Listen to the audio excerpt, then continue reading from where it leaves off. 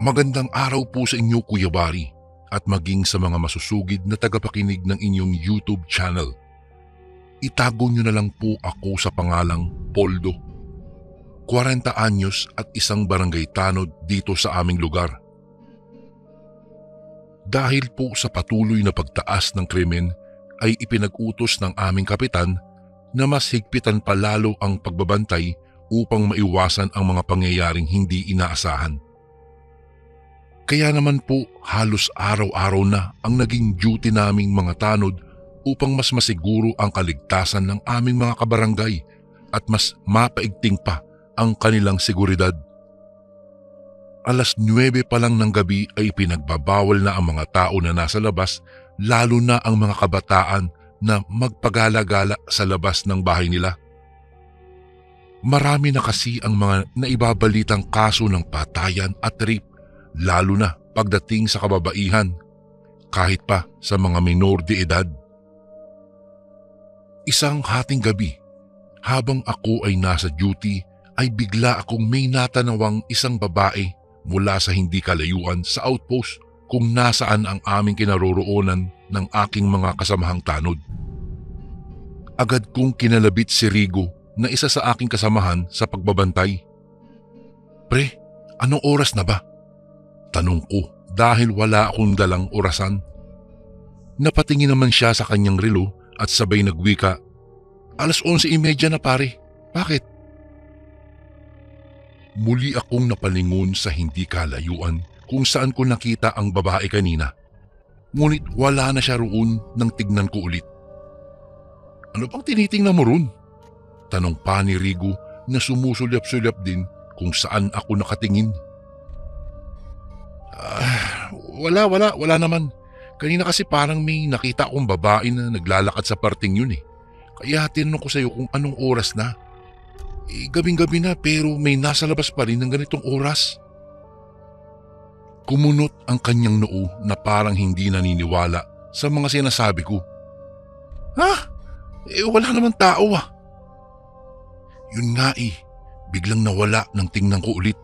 Hayaan mo na nga, baka namamalikmata lang ako." Nagpatuloy ang takbo ng oras kasabay ng aming pagbabantay. Kapag inaabot na ng antok ang isa sa amin ay iidlip muna ito sandali habang ang isa naman ay matitira upang magbantay. Sa pagkakataong iyon Kuya Bari ay inabot na ng antok si Rigo, kung kaya't ako na lamang ang nagbabantay noon. Dahil wala naman akong mapaglibangan ng mga oras na iyon, hindi ako mapakali. Kaya ang ginawa ko na lang, naglakad-lakad ako upang libangin ang aking sarili. Maya-maya pa ay muli akong napatingin sa hindi kalayuan kung saan ko nakita ang babae kanina. Sa pangalawang pagkakataon ay nagpakita siya sa akin muli. Kaya napagpasyahan kong lapitan na ito upang aking masiguro kung may tao nga ba talaga sa parting iyon sa madilim na iskinita. Hindi ko alam kung bakit ako nakaramdam ng biglaang kaba habang ako ay papalapit sa babae. Sa pagkakataong iyon Kuya Bari ay nasiguro ko ngang hindi lang ako basta namamalikmata nung una siyang nagpakita sa akin kanina. Hindi rin siya umalis sa kanyang kinatatayuan kanina na tila ba talagang hinihintay ako na makalapit sa kanya. Diretso rin at walang kurap ang kanyang mga titig sa akin na mas lalong nagpatindig sa aking mga balahibo. Gustuhin ko mang umatras ay hindi ko na magawa dahil ayaw makisama ng aking mga paa. Tila ba may sarili itong utak na sumasalungat sa aking kagustuhan. Nang tuluyan na akong makalapit sa dalaga ay halos panawa na ako ng bait dahil sa takot nang mapagtanto kong hindi nakatapak sa lupa ang kanyang mga paa. Kuya Bari, doon ko pa rin napansin na parang pamilyar sa akin ang kanyang itsura. Tila ba nakita ko na siya noon, ngunit hindi ko lang maalala kung saan, kailan at papaano. Bagamat nanginginig ay pinilit kong magsalita upang siya ay tanungin. Miss, ano bang ginagawa mo rito? Gabing-gabi na at saglit akong napahinto sa aking pagsasalita at napatitig sa puting bestida na kanyang suot na ngayon ay duguan na. Anong nangyari sa'yo? Bakit duguan ka? Matapos kong magtanong ay hindi ko alam, ngunit bigla na lamang siyang lumuha. Ang kanyang mga mata ay nanlisik na habang nakatingin sa akin. Sadya bang hindi mo maalala o nagpapanggap ka lang? Ikaw ang may kasalanan nito, Ama. Bigla akong natahimik at naguluhan ng mga sandaling iyon, Kuya Barry. Hindi ko alam at hindi ko maunawaan. Hindi ko alam ang sinasabi ng babaeng iyon. Subalit ang mga salitang binitiwan niya ay hindi mawala sa aking isipan. Bagkus ay patuloy itong nagpaulit-ulit sa aking pandinig. Dahan-dahan siyang lumapit sa akin na akmang aatakihin ako dahil sa labis na galit. Kaya naman takot na takot akong napaatras. Nang mapagod ay napaupo na lamang ako sa lupa kasabay ng patuloy na pagmamakaawa sa babae na wag niya akong sasaktan.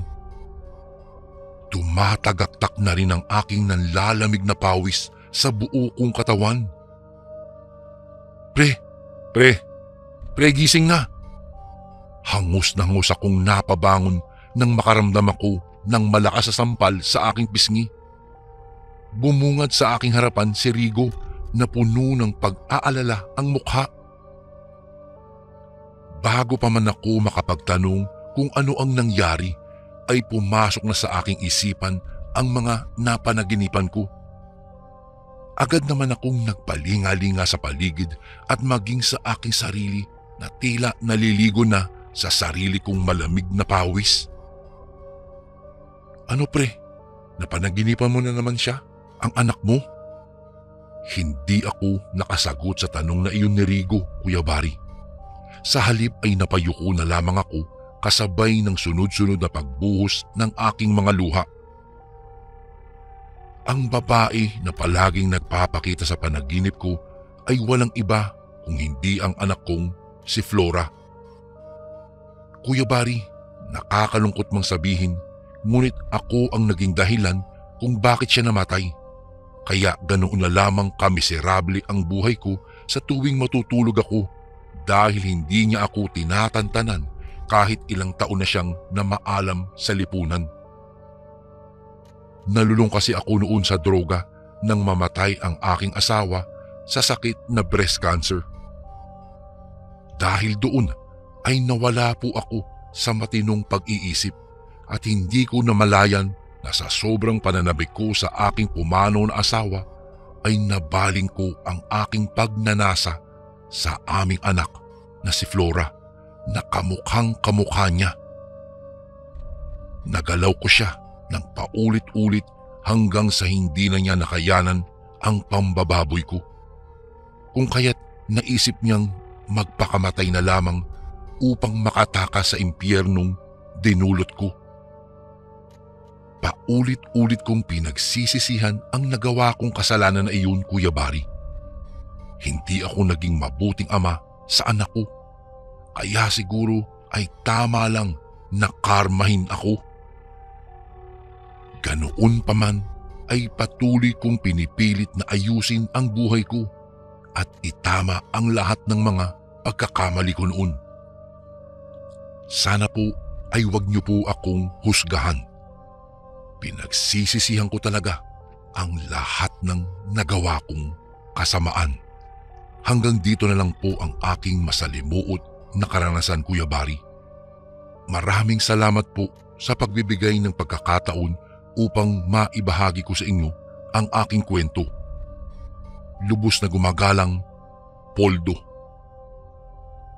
Magandang araw po sa inyo, Kuya Barry, at maging sa mga masusugid mong tagapakinig. Hayaan niyo rin po sanang maibahagi ko sa inyo ang isa sa aking karanasan na hindi malilimutan. Itago niyo na lang po ako sa pangalang Henry. Halos 3 taon na rin po akong nagtatrabaho bilang isang barangay tanod sa aming lugar. Sa loob po ng mahabang panahon na pagiging tanod ko, maayos ko naman pong nagagampanan ang aking trabaho. Bagamat minsan ay mahirap dahil hindi maiiwasan ang mga pasaway na lumikha ng mga gulo at away, naaayos din naman po agad at nadadaan po sa maayos na usapan. Isang araw, fiesta noon sa aming barangay Cuyabari. Siyempre, marami ang pumunta galing sa iba't ibang mga kalapit barangay namin. Tulad po ng inaasahan ay halos mapuno na ng mga tao ang daan sa aming lugar sa rami ng dumalo.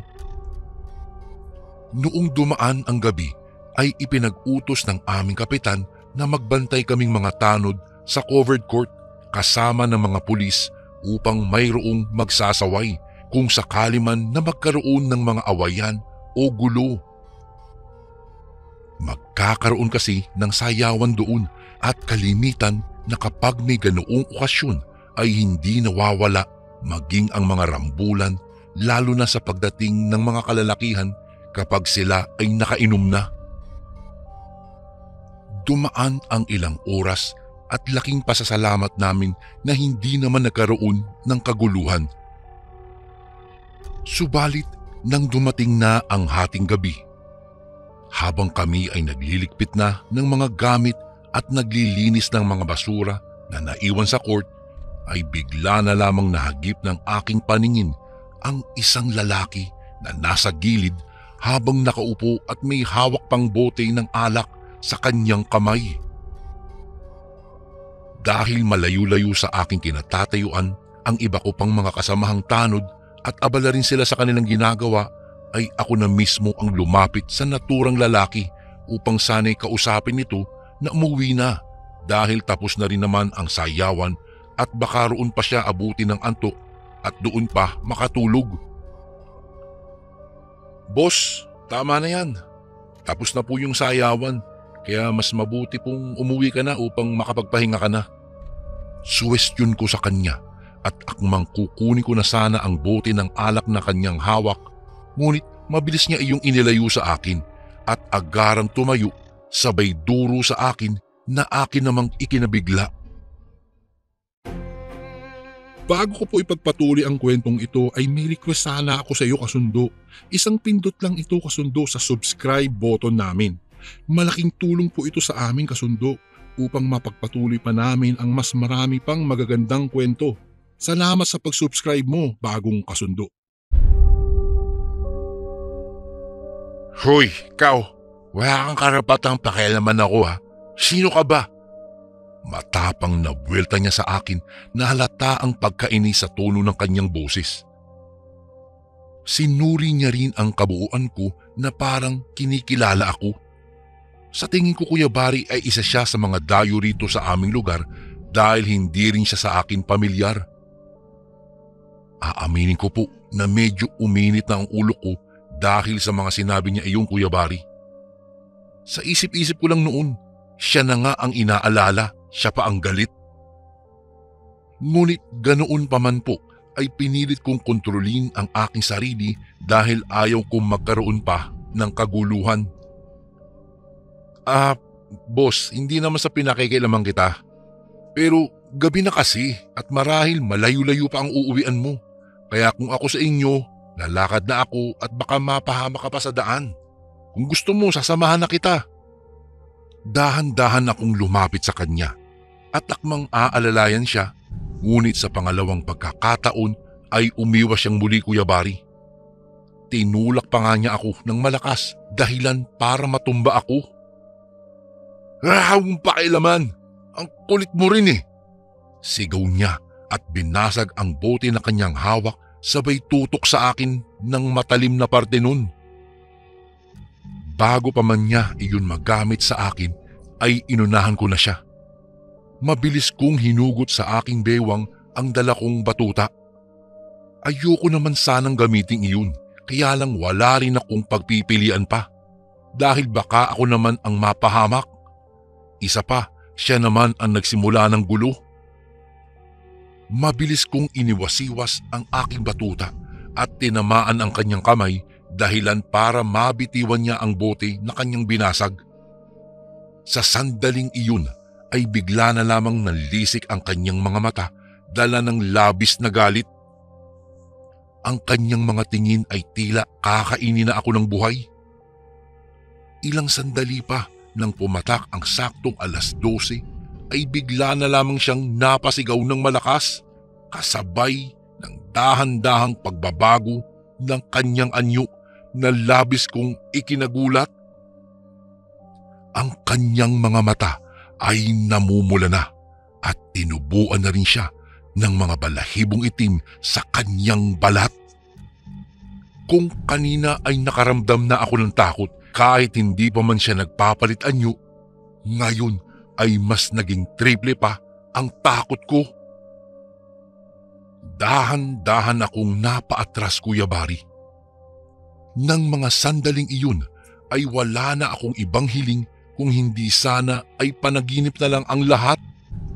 Ngunit nang makaramdam ako ng sakit dala ng kanyang kalmot gamit ang mahahabang kuko ng nilalang ay roon na ako nagising sa realidad na totoo nga ang aking nakikita. Pinilit kong tumayo at lumaban gamit lamang ang aking simpleng batuta. Subalit sa kasamaang palad ay sa isang tabig lamang niya sa akin ay tumalsik iyon kaagad sa malayo dahilan para tuluyan na akong mawalan ng pag-asang makaligtas pa mula sa nakakatakot at mabangis na aswang. Bago niya ako atakihin ay tinitigan niya muna ako na para bang sabik na siyang lantakan ako ng buhay. At noong akmang susunggaban na niya ako ay pareho kaming natigilan nang makarinig kami ng putok ng baril at nakita ko na lamang na may tama na ang nilalang. Napatingin ako sa aking likuran at nakita ko ang aking mga kasamahang kapwa tanod na may kasamang pulis na siyang bumaril pala doon sa aswang. Dahilan para ako ay makaligtas at hindi tuluyang maging putahe niya ng gabing iyon. Laking pasasalamat ko sa aking mga kasamahan dahil dumating sila noong gabing iyon. Dahil kung hindi, marahil ay wala na rin ako ngayon. Hanggang ngayon ay hindi pa rin po ako makapaniwala na totoo pala ang mga aswang. Sa buong buhay ko po kasi, Kuya Bari, iyon pa lang kasi ang pinakaunang beses na nakakita ako at may nakalaban akong isang nilalang na hindi ko akalaing nag-e-exist pala sa totoong mundo na inakala kong sa pelikula lamang nakikita. Dito ko na po tatapusin ang aking kwento. Salamat po sa pagkakataon na ibinigay niyo sa akin upang maibahagi ko po ito sa inyo. Lubos na gumagalang, Henry. Isang mapagpalang araw po sa inyo, Kuya Bari, at sa lahat ng mga masusugid na tagapakinig ng inyong YouTube channel. Ako nga po pala si Olivia at nais ko ring maibahagi sa inyo ang aking kwento. Isa po akong tanod dito sa aming lugar sa Albay. Hindi niyo po na itatanong, dakilang raketera kasi ako, kung kaya't maging ang trabahong panlalaki na pagtatanod ay pinasok ko na rin po bilang pangdagdag at sideline ko. Marami nga ang nagtataka at hindi makapaniwala na pinasok ko ang pagtatanod dahil bukod nga raw po sa mahirap at peligroso, hindi naman sa pagmamayabang pero hindi raw bagay sa ganda ko. Masyado po kasing pang-inosente ang mukha ko at aakalain mong sobrang bait, pero kabaliktaran noon ang katangian ko, Kuya Bari, na may pagkamasungit at matapang na babae, lalo na kapag nasa duty na kami. Ano nga ba naman ang silbi ng ganda kung wala ka namang pera, hindi po ba?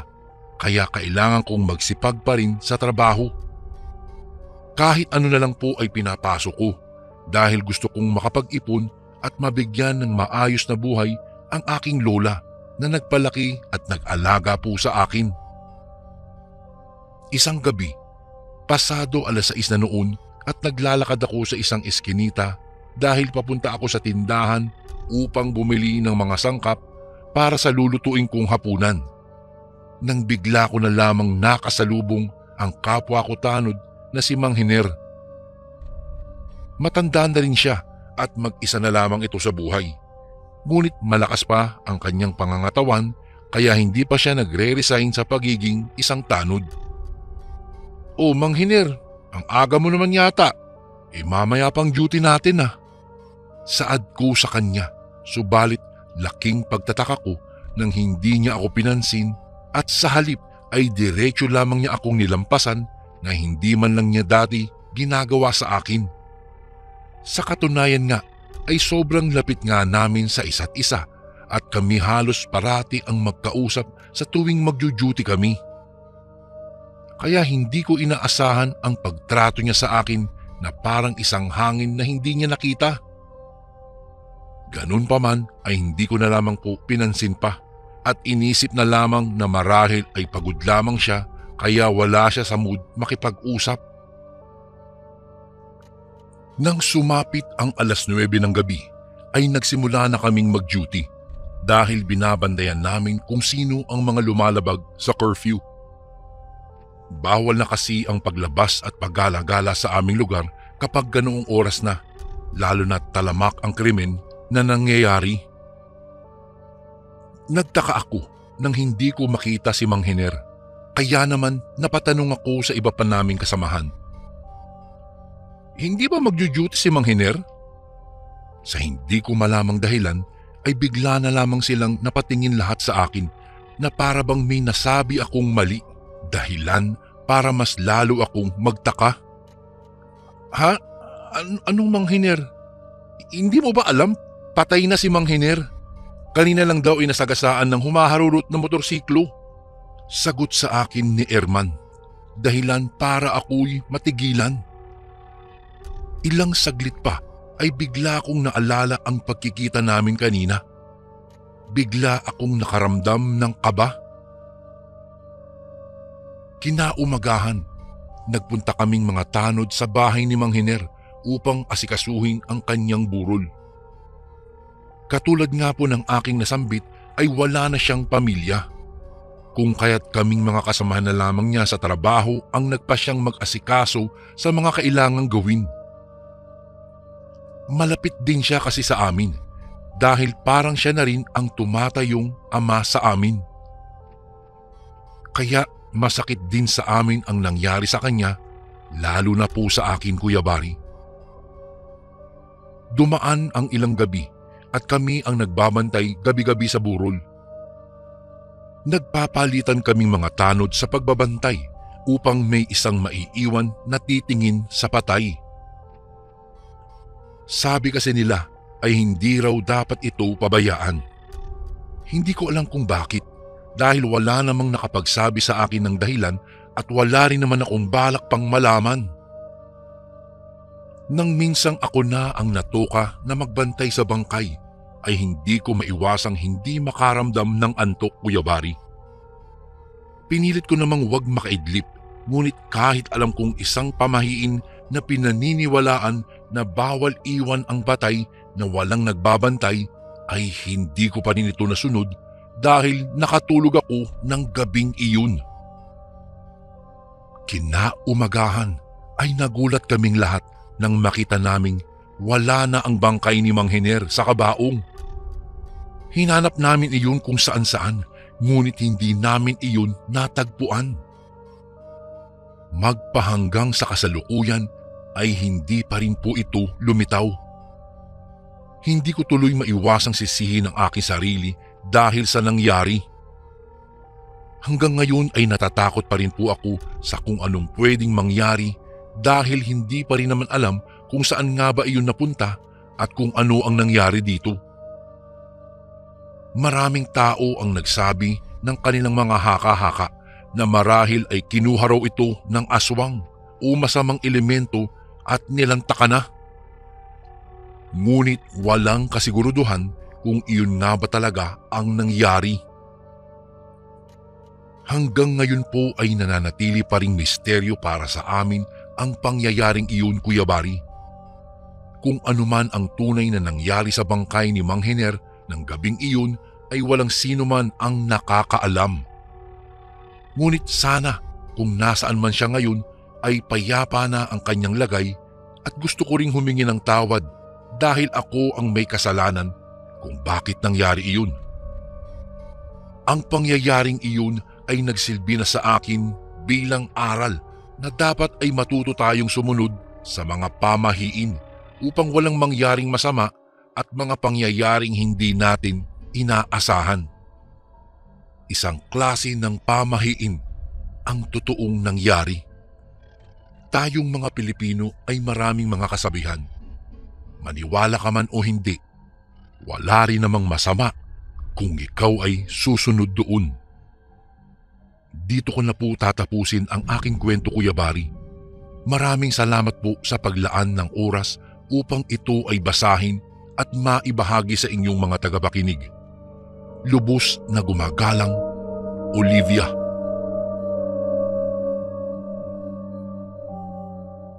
Magandang araw po, Kuya Bari, at sa lahat ng mga bumubuo ng inyong channel.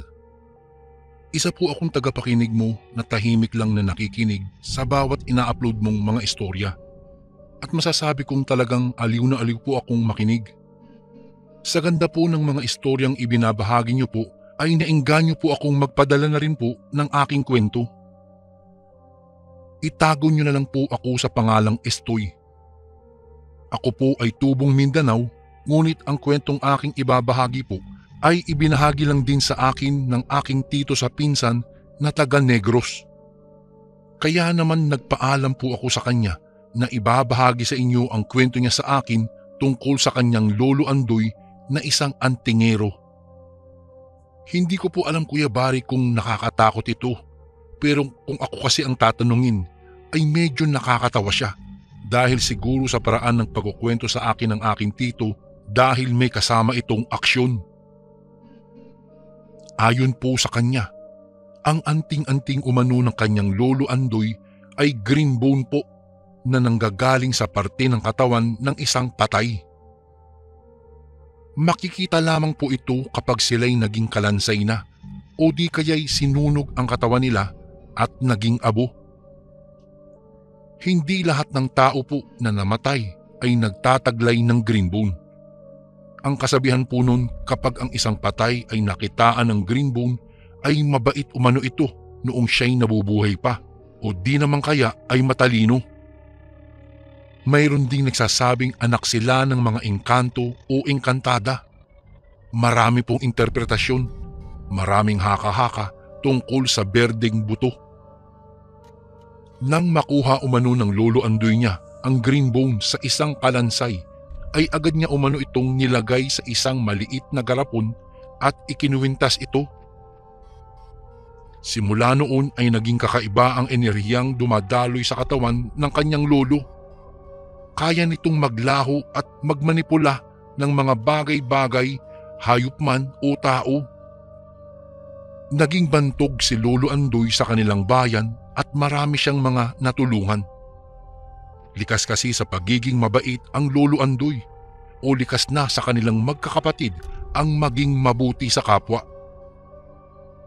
Hindi nga lang nabiyayaan ang lolo ko ng anting-anting katulad ni Lolo Andoy.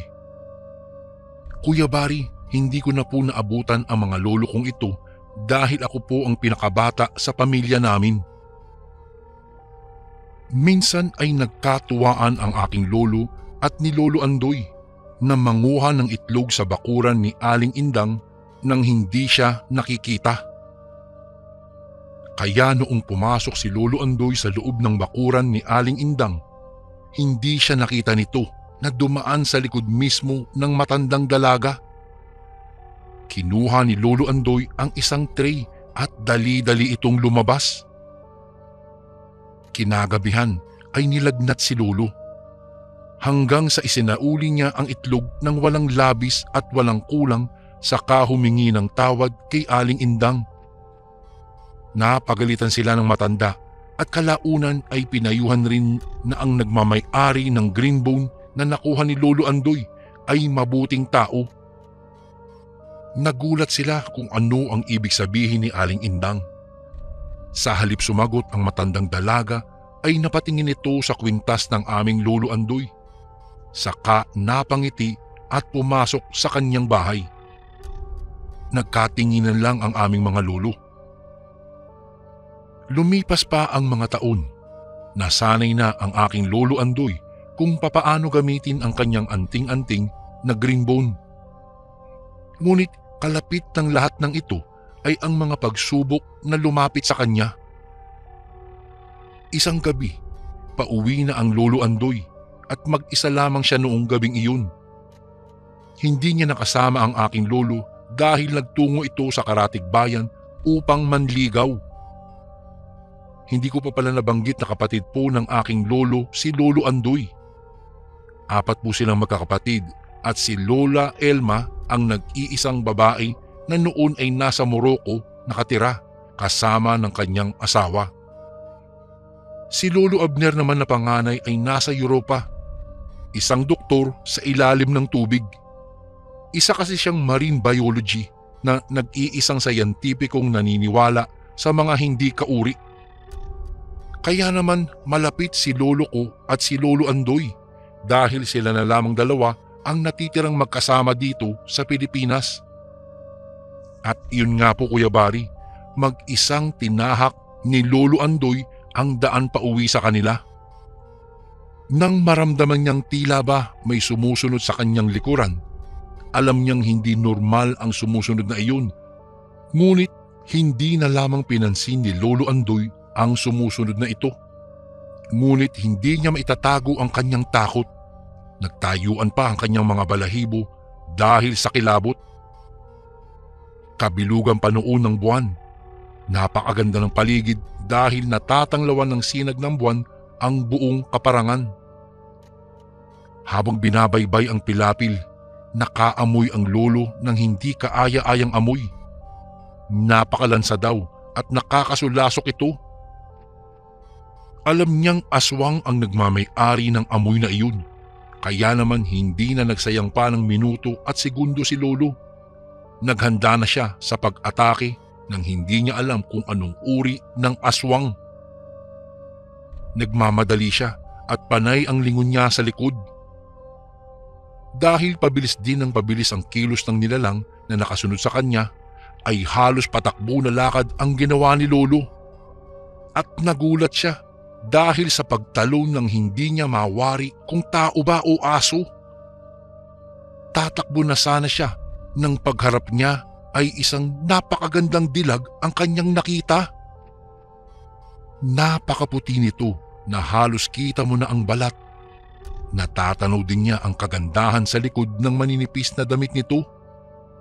Kaya naman napakunot noo ang aking lolo at inis na tinitingnan ang babaeng tila sumasayaw sa ilalim ng kabilugan ng buwan. Bago ko po ipagpatuloy ang kwentong ito ay may request sana ako sa iyo kasundo. Isang pindot lang ito kasundo sa subscribe button namin. Malaking tulong po ito sa aming kasundo upang mapagpatuloy pa namin ang mas marami pang magagandang kwento. Salamat sa pag-subscribe mo, bagong kasundo. Naisipan niyang hindi ba nilalamig ang babaeng kaharap niya dahil hindi man lang ito nag-abalang magsuot ng mga panloob. Tila ba nang aakit ang babae dahil nililipad pa ng hangin ang mahaba at napakadulas nitong buhok at tila ba nagliliwanag siya katulad ng buwan. Kung hindi pa uminit ang green bone niyang may langis ay hindi matatauhan si lolo dahil sa panlilinlang ng aswang. Nagalit ang babae nang sabihan niya itong ang langsa ng amoy. Kaya naman nagpalit ito ng anyo sa isang nakakatakot na aswang. Sa panahong iyon, wala pa siyang alam tungkol sa mga uri ng aswang. Basta't nakakatakot ang mukha para sa kanya ay aswang na iyon.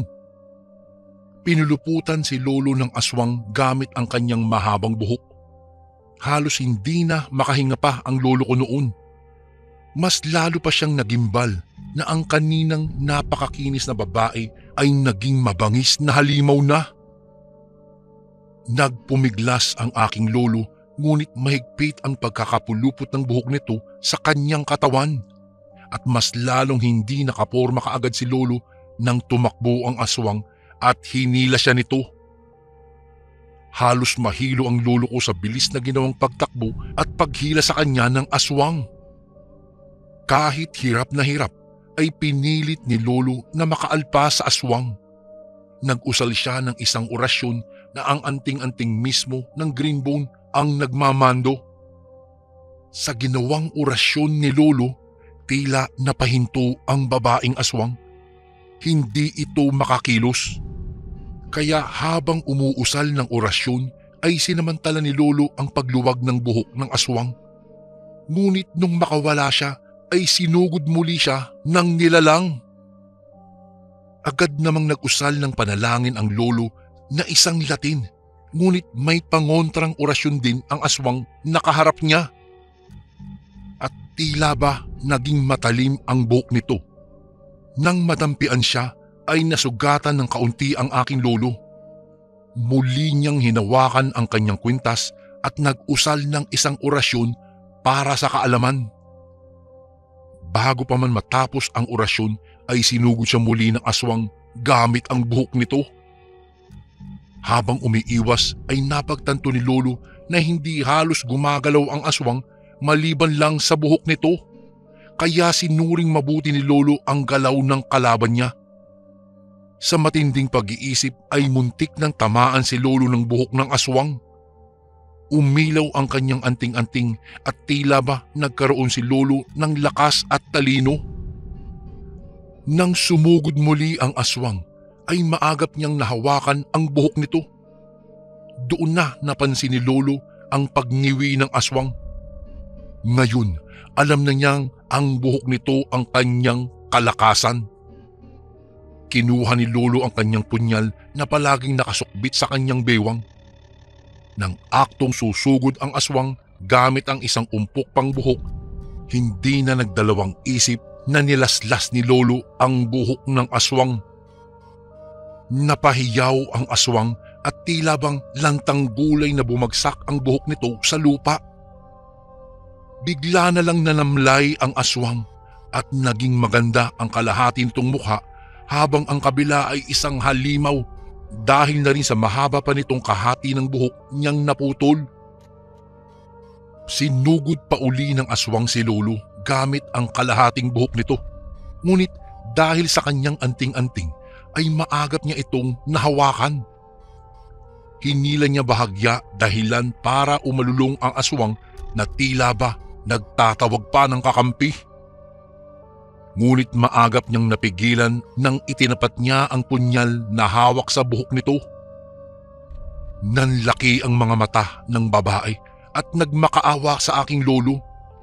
Huwag daw putulin ang kanyang buhok at ito ay kanilang ginagamit na proteksyon laban sa kaaway.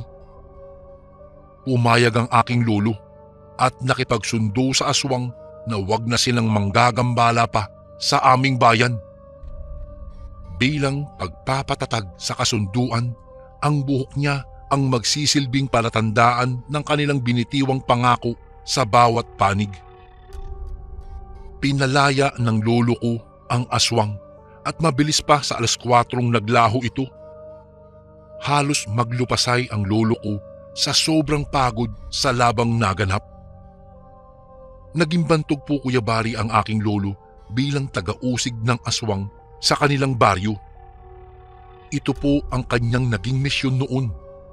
Marami na siyang nakasagupang iba't ibang uri ng aswang at lahat ng kanyang makukuha sa katawan ng mga ito ay kanyang magiging anting-anting dahil sa mga kasunduan. Kinatatakutan siya ng mga aswang sa panahong iyon. Ang iba'y naghahanap na ng matataguan, ngunit nahahagilap pa rin sila ng lolo ko. Ang aswang na hindi nakaaway ng aking lolo ay ang lahi ng mga mambababoy. Dahil tahimik na namumuhay ang mga ito sa piling ng mga alagang hayop.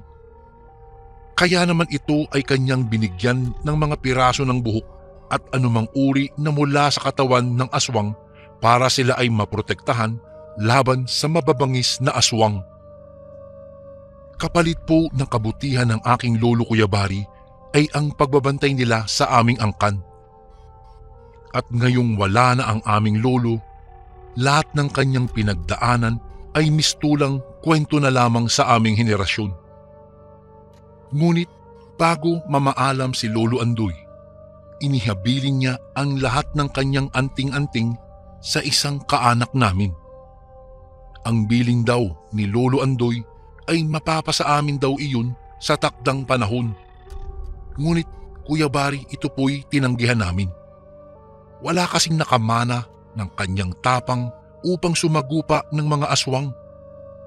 Ngunit ito po ay mananatiling nakatago at kailanman ay pwede daw naming makuha kung sakaling handa na kaming tanggapin ang kanyang anting-anting. Isang kasaysayan ng aking lolo ang hindi namin maaaring malimutan. Darating din siguro ang araw na magiging handa po ako upang tanggapin ang kanyang handog, Kuya Bari, para ipanlaban sa mga masasamang elemento na nasa paligid lang natin. Isang kasaysayan na magpapatunay na hindi umubra ang mga aswang laban sa isang antingero. Hanggang dito na lang po ang aking kwento at salamat po kung sakaling mabasa niyo po ito sa inyong channel. More power po sa Ang Sundo Horror Stories. God bless po sa lahat ng nakikinig ngayon and ingat po lagi, Kuya Bari. Lubos na gumagalang, Estoy.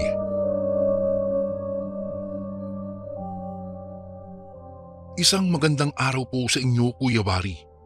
Ang kwentong nais kong ibahagi sa inyo ay nangyari sa akin noong aking kabataan. Bago ko po simulan, gusto ko pong itago ninyo na lamang po ako sa pangalang Macario. Halos dekada na kung susumahin ang mga panahon bago ko natunghayan ang nakakatakot na nakaraan ng aking buhay. Sa isang liblib na baryo ng San Mercedes sa Capiz, kami noon ay naninirahan, Kuya Bari. Kapwa sumakabilang buhay na po ang aking ina at ama, kung kaya't kay Lola Belen na lamang ako nakatira. Si Lola Belen, Kuya Bari, ang tanging nagpalaki at nag-alaga sa akin. Siya ang naging sandalan ko sa tuwing ako ay nangungulila sa yakap ng aking mahal na magulang. Namatay sa isang aksidente ang mga magulang ko. Kahit medyo nasa katandaan na si Lola, puspusan pa rin ang kanyang hanap buhay para lamang kami ay makakain. Nagtitinda po siya noon ng mga kwintas at iba't ibang klase ng pulseras na ginagamit pangontra sa mga masasamang espiritu. Sa may malapit na simbahan kami noon nakapwesto dahil maraming taong dumadaan doon. Lola, para saan po ba yung mga yan? Tanong ko habang tinuturo ang mga kwintas na mayroong matang nakaukit. Yan ba?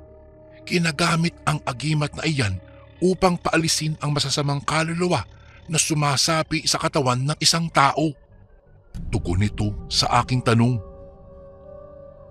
Kahit pa matagal na kaming nagtitinda ng mga pangontra, hindi ko lubusang batid kung saan ba ginagamit ang mga ito. Sa aming pagbabantay, Kuya Bari, may isang lalaki noon na lumapit at nagtanong sa amin. Tinanong nito kung mayroon daw kaming tinitindang pangontra sa aswang.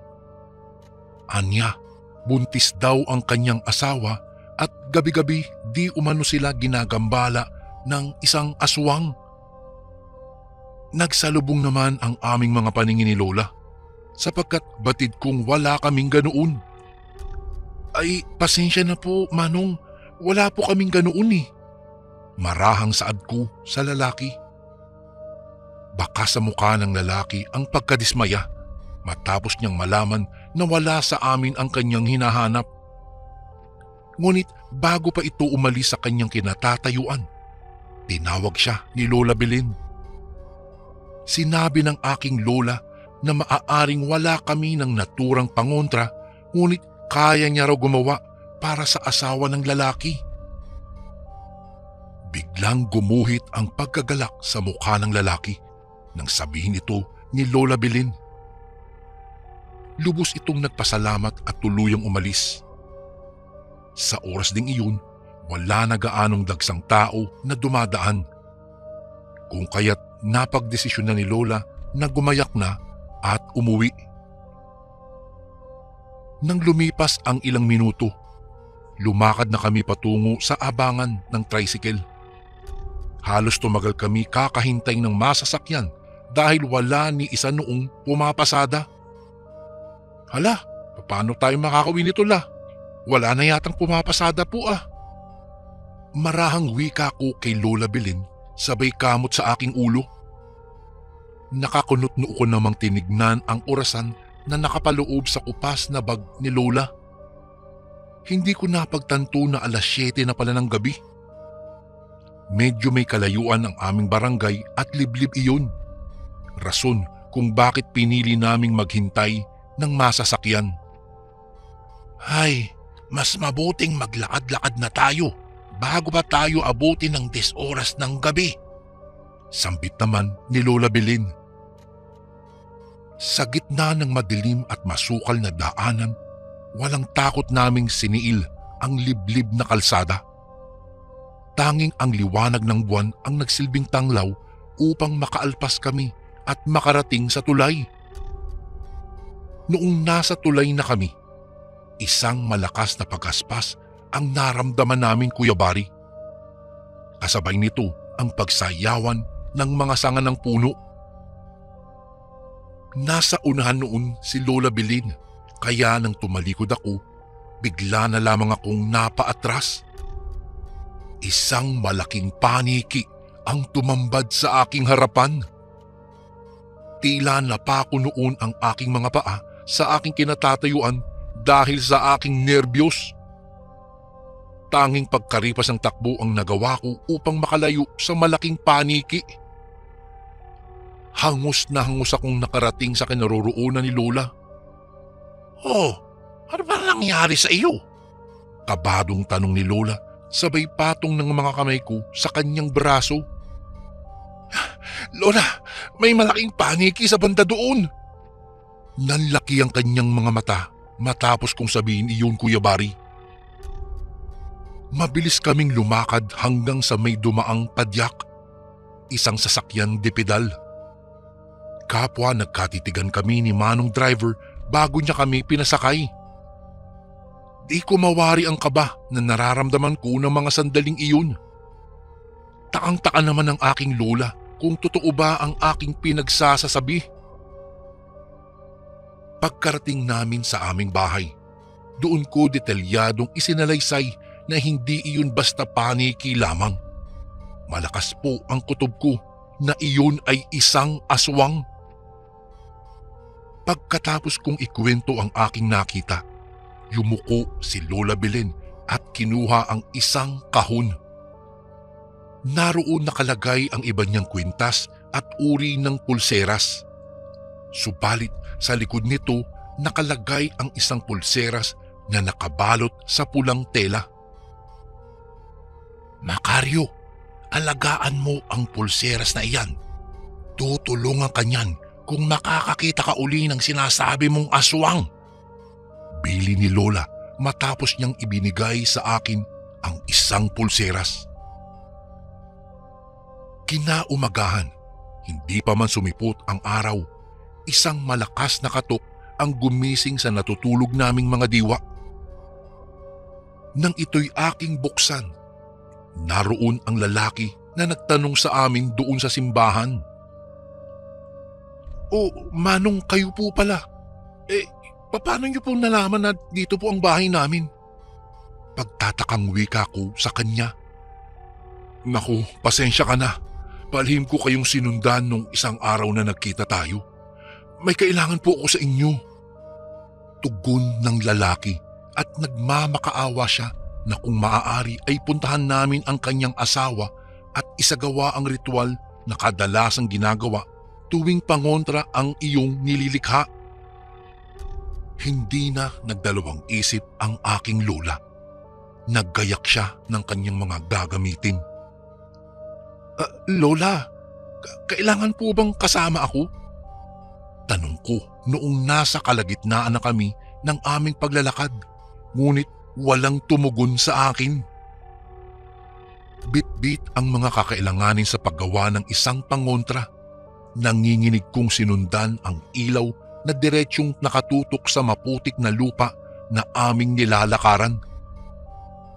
Alam ko noong Kuya Bari na malayo na kami sa San Mercedes sapagkat halos pinaliligiran na ng iba't ibang puno ang barangay na aming nadatnan. Narito na po tayo. Saad ng lalaki na nagpakilala bilang si Ador. Inanyayahan niya kami na pumasok sa kanilang bahay. Yari sa matitibay na kawayan at pawit ang kanilang tirahan. Nagmistulan kaming pinilipit noon sa lamig dahil medyo butas-butas ang pinto nila. Bago ko po ipagpatuloy ang kwentong ito ay may request sana ako sa iyo kasundo. Isang pindot lang ito kasundo sa subscribe button namin. Malaking tulong po ito sa aming kasundo upang mapagpatuloy pa namin ang mas marami pang magagandang kwento. Salamat sa pag-subscribe mo, bagong kasundo.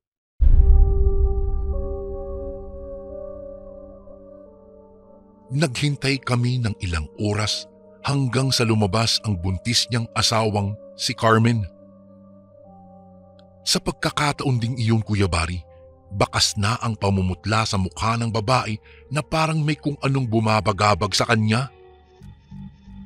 Kasunod nito ang pag-abot ko ng mga bagay na kakailanganin sa ritual, gayon din sa paggawa ng pangontra. Nakaramdam ako ng inip at tuluyang lumabas. Umaga na nga noon, subalit hindi sumipot ang araw. Bagkus, ulap na itim at nagbabadyang malakas na ulan ang sumalubong sa akin. Naku po, anong oras kaya kami makakauwi nito? Saad ko na lamang habang tinatanaw ang matataas na puno ng kawayan na nagsasayawan na sa hangin. Sa dakong tulay na malapit sa bahay ni na Carmen, isang usok ang natanawan ko sa bandang itaas. Nagtaka ako dahil sino kaya ang naroroon? Nilakasan ko talaga, Kuya Bari, ang aking loob at binagtas ang isang masukal na damuhan patungo roon sa di umano'y usok. Nagulat na lamang ako nang madatnan ko ang isang lumang bahay na sementado. Halos kupas na ito sa kalumaan kaya inakala kong wala ditong nakatira. Lumakad ako papunta sa dakong likod nito. Naroon nga nakapwesto ang isang punla ng nakatipong sanga ng mga balete na tila sinusunog. Nang mapaisip ako na baka may tao roon, nagmadali akong lisanin ang naturang lugar, subalit isang sitsit ang nagpahinto sa aking kinatatayuan. Dahan-dahan akong lumingon. Nang tuluyan akong humarap, nasa harapan ko na noon ang isang matandang lalaki na nakasuot ng punit-punit na jacket. Sino ka at anong ginagawa mo rito? Pasindak na tanong nito sa akin. Sapat na ang lakas ng kanyang boses upang ako ay matakot, Kuya Bari. Sorry, pasensya na po, Manong. Naligaw lang po ako, pero aalis naman din po ako kaagad eh. Marahan na tugon ko sa matanda. Bago ko lisanin ang lugar na iyon, binalaan ako ng matanda. Anya, umalis na raw kami sa bahay ni Carmen at Ador. Sapagkat ang usap-usapan na ang mag-asawang daw iyon ay kapwa nang galing sa mahabang lahi ng mga aswang. Nanlaki talaga ang aking mga mata noon, Kuya Bari, kasabay ng pagtindig ng aking mga balahibo sa sinabi ng matanda. Hindi na ako nagpaalam pa sa kanya at mabilis na tumakbo patungo sa bahay ng mag-asawa. Unang sumagi sa isip ko na baka may nangyaring masama na kay Lola Belen. Bakit ko nga ba siya iniwan?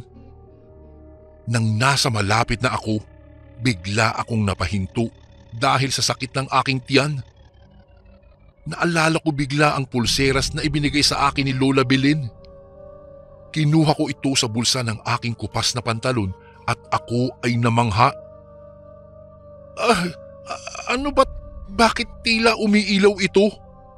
Pagtatakang tanong ko sa aking sarili. Nagpatuloy lang ako sa pagtakbo hanggang sa natanaw ko na ang bahay. Walang pakundangan kong itong binuksan. Subalit wala naman akong nakitang masama. Nagkasalubong ang bawat paningin namin pero wala naman akong naramdamang kakaiba. "Hay Macario, saan ka ba galing ha?" Tanong ni Lola sa akin. "Ay Lola, dyan lang po sa tabi-tabi." Tugon ko naman habang hinihimas ang aking tiyan. Makaraan lang ang ilang sandali. Natapos na rin ang ginagawang pangontra ni Lola para kay Carmen. Nag-alay din ng orasyong ritual si Lola upang mas maging epektibo daw ito. Lola, bago po kayo umalis ay kumain muna kayo dito." Sambit naman ni Ador, subalit inunahan ko na si Lola na aalis na kami. Nagpaalam kami sa mag-asawa at tila inilagay agad nila ang pangontra sa isang itim na kahon. Hindi mapawi ang pagkaway ni Carmen nang lumakad kami papaalis. Makulimlim na noon. Tila sa puntong iyon ay babagsak na ang ulan. Sa hindi kalayuan, nilamon kami ng kulimlim. Aakalain mong gabi na dahil sa dilim. Maya-maya'y kinausap ako ni Lola Belen na ihanda ko raw ang pulseras na kanyang ibinigay. Sa parehong pagkakataon, hindi pa rin tumigil ang liwanag nito. Hanggang mapako kami sa aming kinatatayuan. Dahil isang dambuhalang itim na paniki ang naroroon na sa harapan namin. Nanlilisik ang kanyang mga mata at tila takam na takam sa amin. "Lumayo ka!" Paulit-ulit na sigaw ko rito. Hindi naglaon, biglang lumipad ito paalis. Matapos yun ay laking gulat na lang namin dahil naroroon na sa aming tabi si Ador. Kitang-kita kong nanlilisik ang kanyang mga mata at siya'y tinubuan na ng pangil. Nangitim at nangulubot ang kanyang mga balat at buhaghag na ang kanyang buhok. Isa siyang aswang. Tama nga ang sinabi sa akin ng matandang lalaki. Matapos iyon ay bigla na lang umatake siya kay Lola Belen. Napasigaw si Lola at sinabi sa aking suotin ko raw ang pulseras at aking tapusin ang aswang. Natulala naman ako sa sinabi ng aking Lola. Hindi ko alam ang gagawin, ngunit sinunod ko na lang siya. Tila ibang enerhiya ang dumapo sa akin nang maisuot ko ito. Walang pagdadalawang isip na sinalag ko ang aswang at napahiyaw na lang ito noong masunog ang kanyang balat matapos madaplisan ng pulseras na iyon. Hindi ko na namalayan na nasa tabi ko na ang isa pang aswang kasabay ng kuko na tumusok sa braso ko. Opo Kuya Bari, dalawa ang aswang. Ang mag-asawang sina Carmen at Ador ang mga iyon. Hindi po ako makagalaw dahil sa sugat na aking natamo. Marahan kong iniabot kay Lola Belen ang pulseras upang ito'y isuot sa liig ng aswang. Dahil sa lastikong lubid nito, himalang kumasya ang pulsera sa liig ng aswang, rason kung bakit napahiyaw na lamang ito. Isang palabas lang pala ang ginawa ng dalawa sa atin, Lola. Sigaw ko habang iniinda ang sakit. Kalaunan dumating ang matanda at kanyang nasilayan ang mga aswang. Sinabihan niya kami noong Kuya Bari na umalis na at siya na daw ang bahala sa mga ito. Walang humpay na hinagupit ng matandang lalaki ng kanyang bitbit na buntot pagi ang mag-asawang aswang. Hindi niya tinantanan ang mga ito at tanging pagsigaw lamang ang kanilang naitugon.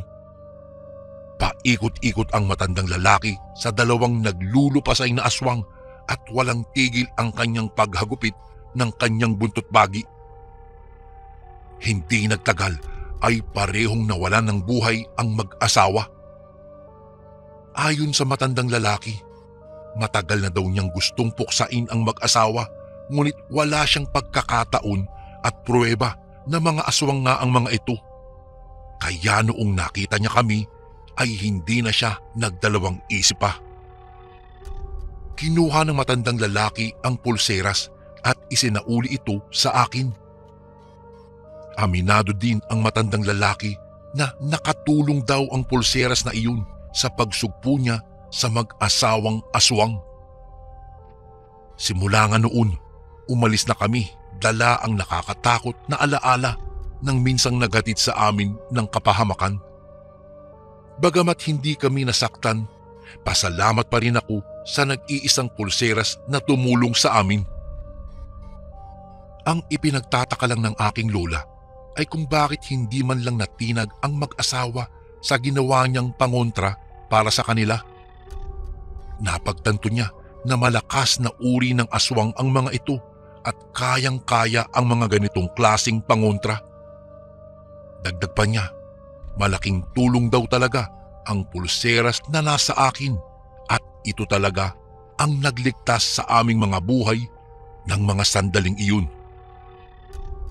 Isang pangyayaring hindi ko po malilimutan sa aking buhay dahil muntik na kaming mamatay sa kuko ng mga aswang at ang tanging nakapagligtas lang sa amin ay ang isang mahiwagang pulseras ni Lola.